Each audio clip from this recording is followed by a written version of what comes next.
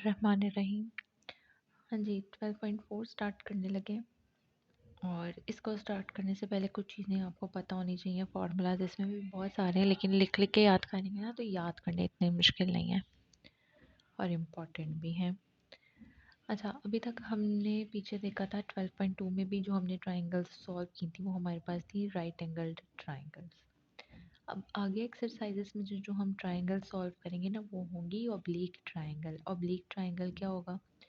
Right angle के opposite, यानी ऐसा ट्राइंगल जो कि राइट नहीं है। A triangle which is not right is called an oblique triangle. इनको सॉल्व करने के लिए ना उन्होंने, अब राइट एंगल ट्राइंगल तो इजीली सॉल्व हमारे से हो जाता है। किस तरह से? हमने उसके अंदर परपेंडिकुलर बेस हाइपोटेन्यूज के कॉन्सेप्ट लगा के पाइथागोरस थ्योरम लगा के सॉल्व कर लिया। लेकिन इनको सॉल्व करने के लिए, ऑब्लिक ट्राइंगल्स को सॉल्व करने के लिए हमारे पास ऐसा कुछ नहीं था कि हम कोई मिसिंग साइड्स और एंगल्स तो चलो किसी तरह से निकल ही आता है कोई ना कोई फार्मूला लगा के, लेकिन साइड्स को हम लोग नहीं निकाल सकते उस तरह से। तो उसके लिए laws of cosine, law of sines, law of tangent जो हैं उन्होंने इंट्रोड्यूस करवाए हैं। याद करने बहुत आसान है। ए स्क्वायर बी स्क्वायर सी स्क्वायर, यहाँ पे जो चीज़ होगी, तीन ही साइड्स होंगी ना ट्राइंगल की, ए बी सी। इधर जिसका स्क्वायर होगा आगे बाकी की दो साइड्स का स्क्वायर और सम, माइनस ये वाली टर्म माइनस करनी है हर उसमें से। क्या माइनस करोगे? जो यहाँ पर ऐड हो रही हैं वैल्यूज़, -2bc, इन्हीं का ही प्रोडक्ट। ठीक है, कॉस एंगल कौन सा होगा? जिस साइड जो यहाँ पे लिखा हुआ है ए के लिए अल्फ़ा होता है, बी के लिए बीटा होता है, सी के लिए गैमा होता है। ठीक है, इसी तरह से बी स्क्वायर जब हम लिखेंगे, बी स्क्वायर के अलावा ए और सी हम दोनों का स्क्वायर, -2ac, इनका प्रोडक्ट कॉस बीटा। ठीक है, सी स्क्वायर लिखेंगे a square plus b square -2ab and cos gamma. ठीक है, लॉ ऑफ साइंस क्या होंगे? A over sine alpha, b over sine beta, c over sine gamma. ये simplest है लॉज। लॉ ऑफ टेंजेंट्स क्या होंगे? A minus b, a plus b. Tan जो यहाँ पे वैल्यू यूज़ होगी, ए के लिए अल्फ़ा होता है, बी के लिए बीटा होता है, और टैन ऊपर अल्फ़ा माइनस बीटा बाई 2 होगा, नीचे अल्फ़ा प्लस बीटा बाई 2 होगा। इसी तरह बी और सी के लिए बीटा और गैमा होगा, beta minus gamma by 2, beta plus gamma by 2। C के लिए गैमा, इसके लिए अल्फ़ा होगा, तो यहाँ पे होगा gamma minus alpha by 2 and gamma plus alpha by 2। अच्छा, इनको अप्लाई करते हुए ना एक चीज़ हमने अपने सवालों में, जहाँ जहाँ हम ये अप्लाई करेंगे ना लॉ ऑफ टेंजेंट्स, वहाँ हमने ध्यान रखना है कि ये जो डिफरेंस वाली वैल्यूज़ हैं, ए माइनस बी है, अल्फ़ा माइनस बीटा है, इसमें ये वाली वैल्यू इससे ग्रेटर होनी चाहिए। यानी कि कहने का मकसद है कि इनका डिफरेंस पॉजिटिव आना चाहिए, और वो तभी पॉसिबल है जब ये वाली वैल्यू इससे ग्रेटर होगी।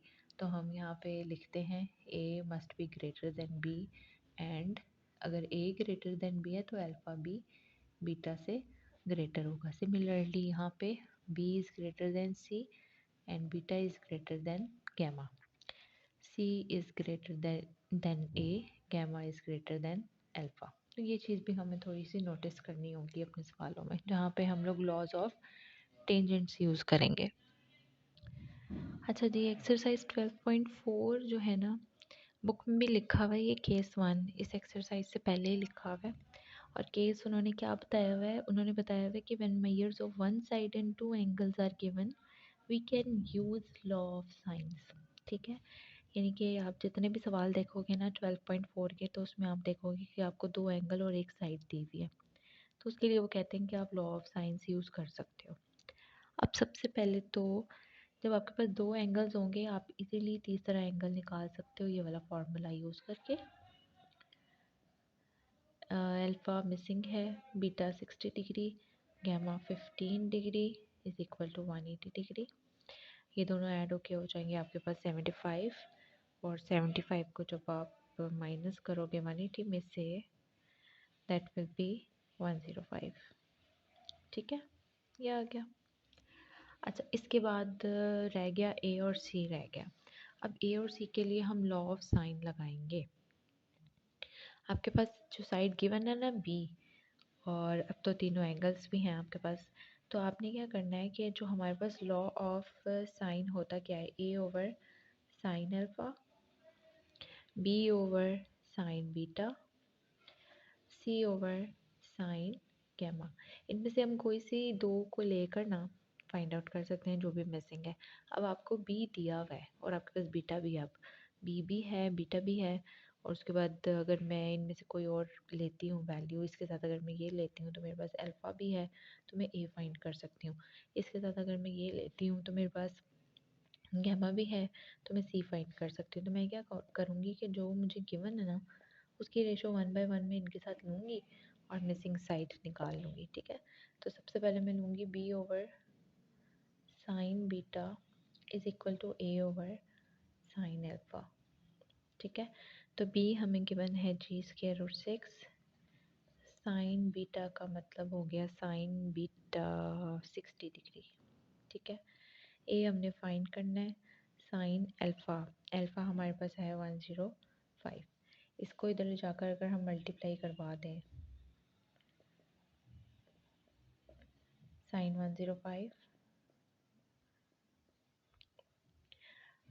अब यहाँ पर जो है ना वेरिएशन वाली थी आंसर्स में। बुक वाला आंसर लाने के लिए कैलकुलेटर भी आपके पास जो है वो अपडेटेड होना चाहिए, अगर बुक वाला आंसर लेकर आना चाहते हो। नहीं तो आप डेसिमल में भी लेकर आ सकते हो। आप सिंपल लिखो √6, नीचे आ जाएगा साइन 60, ये मल्टीप्लाई बाय साइन 105। ठीक है, तो ये देखो कैलकुलेटर में ये चीज़ एंटर करने के डायरेक्ट आपके पास वही आंसर आ गया जो बुक में है, लेकिन सब बच्चों के पास ये फैसिलिटी नहीं है। तो आप जो है ना सिंपल सिंपल कैलकुलेशन कर लो, कोई मसला नहीं है उसमें। जैसे कि (√6) है, इसको डेसिमल में चेंज कर लो, आप डेसिमल में आंसर दे लो, उसे कोई गलत नहीं कर सकता, एक ही बात है।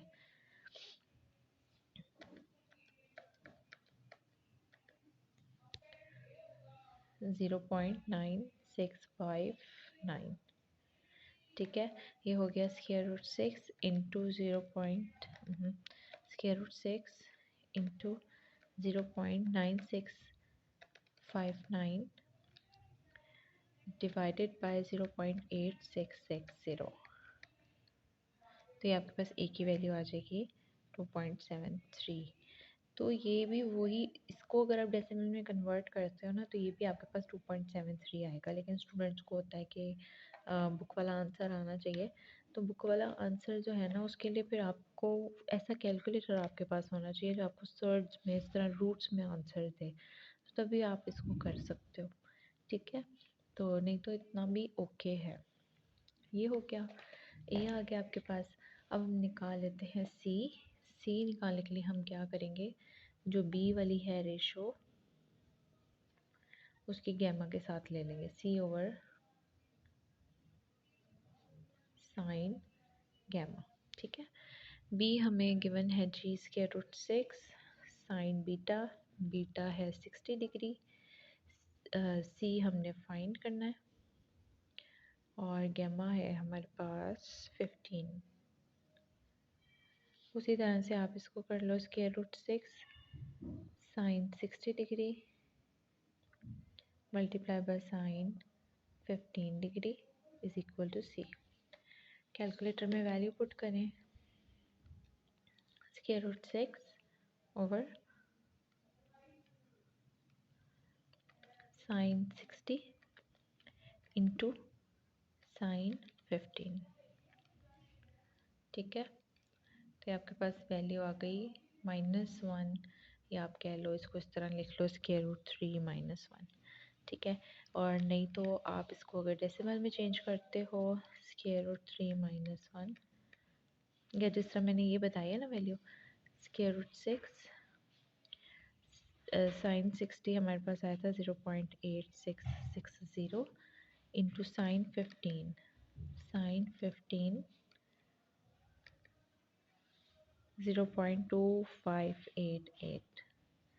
इसको आप सॉल्व करोगे तो आपके पास आएगा (√6)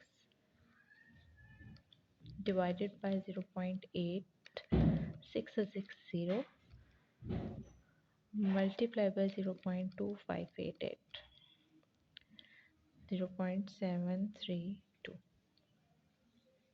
ठीक है, ये बुक वाला आंसर। और ये इस तरह से कैलकुलेटर जिनके पास है उनके पास तो डायरेक्ट बुक वाला आ जाएगा आंसर।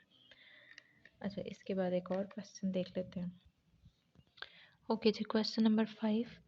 सबसे पहले तो आप इस बीटा और गैमा को ना डेसिमल में चेंज कर लो। क्या होगा, 88 डिग्री प्लस 36/60। इसको आप डायरेक्ट कैलकुलेटर में पुट करो। 36 डिवाइडेड बाई 60 प्लस 80,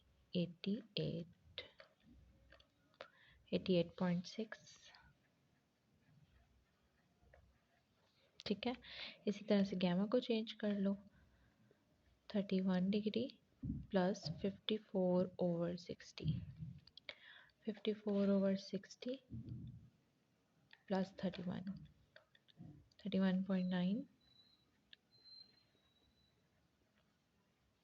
ठीक है, अच्छा, अब दो एंगल्स आपके पास हैं तो तीसरा आप इजीली निकाल सकते हो, alpha plus beta plus gamma करके। अल्फा आपके पास नहीं है, बीटा आपके पास 88.6, गैमा आपके पास 31.9 इज इक्वल टू 180 डिग्री। इन दोनों को ऐड कर लेते हैं, 88.6 प्लस 31.9, तो ये आपके पास आ गया 120.5। 180 में से 120.5 माइनस कर दो, तो आपके पास अल्फा आ गया 59.5। लेकिन आपको आंसर डिग्री मिनट सेकंड में देना है। 0.5 इंटू 60, 30 मिनट। ठीक है, एंगल आ गया। अब हमने फाइंड करना है, ए है, बी और सी फाइंड करना है। यानी कि जो लॉ ऑफ साइन है आपके पास, ये B over sine beta, c over sine gamma. अब आपको गिवन है ए, अब आपके पास अल्फा बीटा गैमा भी है। पहले इसकी रेशो इसके साथ लो, a sine alpha is equal to b sine beta. ठीक है, और बी अगर आपने निकालना है तो ये चीज़ इधर आकर मल्टीप्लाई हो जाएगी। ए आपको गिवन है 53, साइन अल्फा का मतलब हुआ साइन 59.5। बी हमने फाइंड करना है, साइन बीटा, बीटा हमारे पास है 88.6। तो बी निकालने के लिए हमें क्या करना होगा, 53 divided by sine 59.5 into sine 88.6, right. अच्छा जी, 53 डिवाइडेड बाय साइन 59.5। फिर कह रही हूँ, फ्रैक्शन जिनके पास नहीं है इस तरह से, वो पहले साइन 59.5 निकालें, फिर 53 को उसकी वैल्यू से डिवाइड करें। ठीक है, इसको डिवाइड करके मेरे पास आ रहा है 61.51। अब इसको मल्टीप्लाई करवा देना है साइन 88.6 से, मल्टीप्लाई बाय साइन 88.6, तो मेरे पास बी की वैल्यू आ गई 61.49। ठीक है, फिर क्या करेंगे, इसकी रेशो लेंगे गैमा वाले के साथ ताकि हमारे पास सी आ जाए। ए की वैल्यू 53, साइन अल्फ़ा साइन 59.5, सी ओवर साइन गैमा, गैमा हमारे पास है 31.9। ओके, इस फ्रैक्शन को मैंने अभी ऊपर सॉल्व किया, मेरे पास आया है 61.51। ये जब आप सी निकालोगे तो सी आपके पास आएगा 53 ओवर साइन 59.5 इंटू साइन 31.9। ठीक है, इस फ्रैक्शन को मैं यहाँ पे सॉल्व कर चुकी हूँ। 61.51 इंटू साइन 31.9। तो हम इसको कर लेते हैं 61.51 इंटू साइन 31.9 32.50। ठीक है, सिंपल से क्वेश्चन है इसके, बाकी के जो रिमेनिंग है वो भी बिल्कुल इसी तरह से होंगे। ठीक है, और अगर आपको इस वीडियो से हेल्प आउट होता है, आपसे बाकी के रिमेनिंग क्वेश्चन इजीली सॉल्व होते हैं, तो लाइक कर दीजिएगा, सब्सक्राइब कर दीजिएगा और एक अच्छा सा कमेंट कर दीजिएगा। अल्लाह हाफिज़।